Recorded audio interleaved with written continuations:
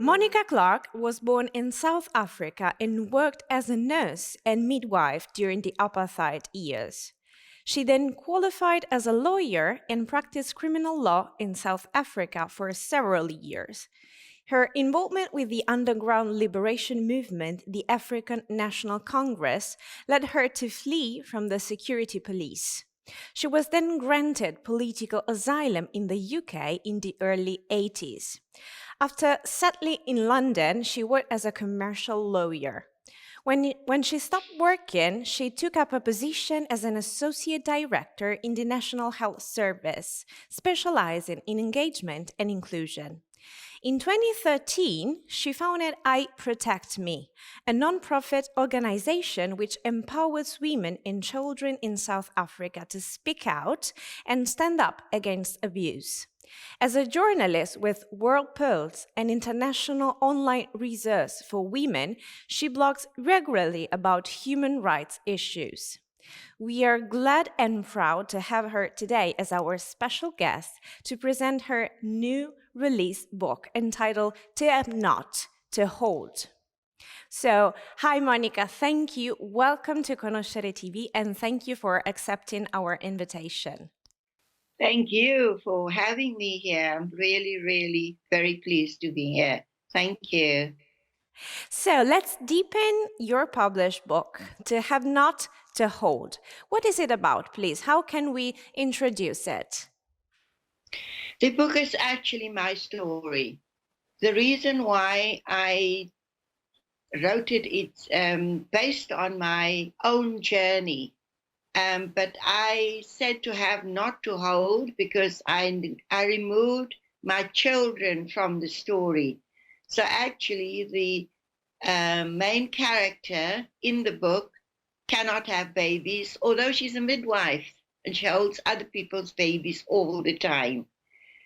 So she can't have them, but she holds them.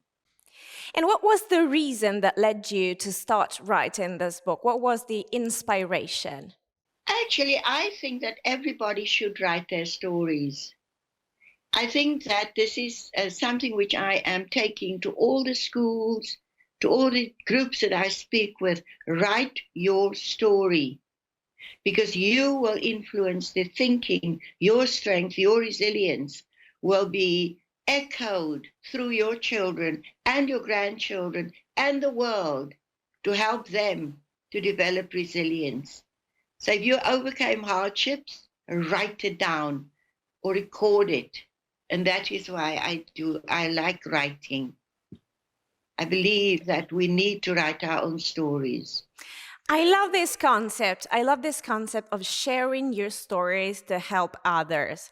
How do you hope to help people out through your own story? My journey has been a pretty hard one.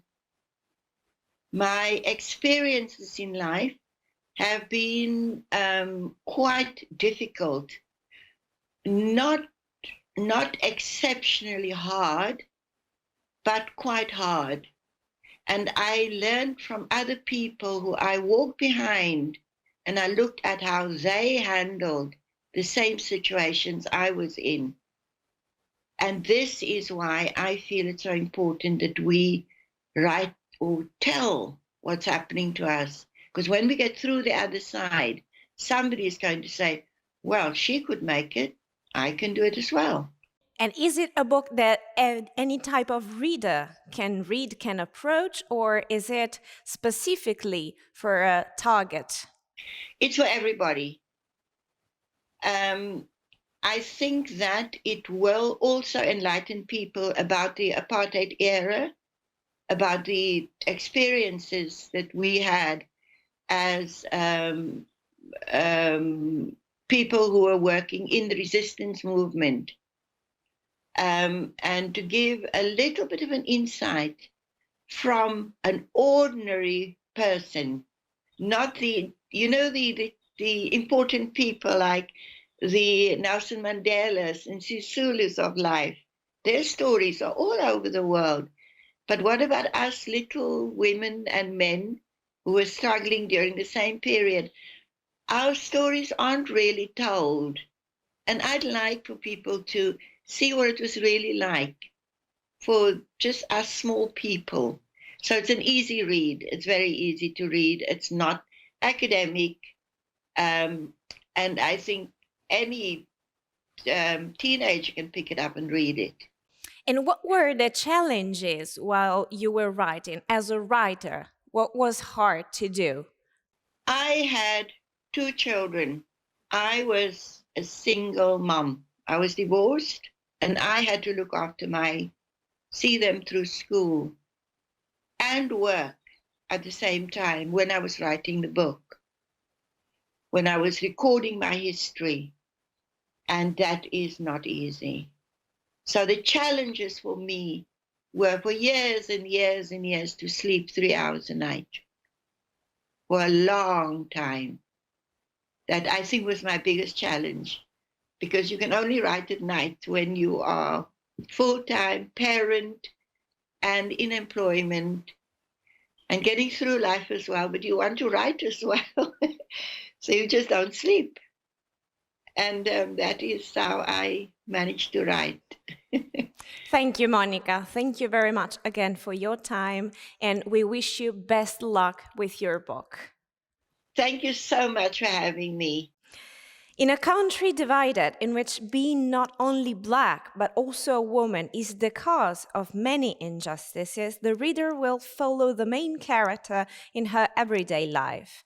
An interesting perspective, told with honesty that will underline the many contradictions of those difficult years. To Have Not, To Hold, written by Monica Clarke, is now available in bookstores and digital platforms. It's a publication by Eurobooks.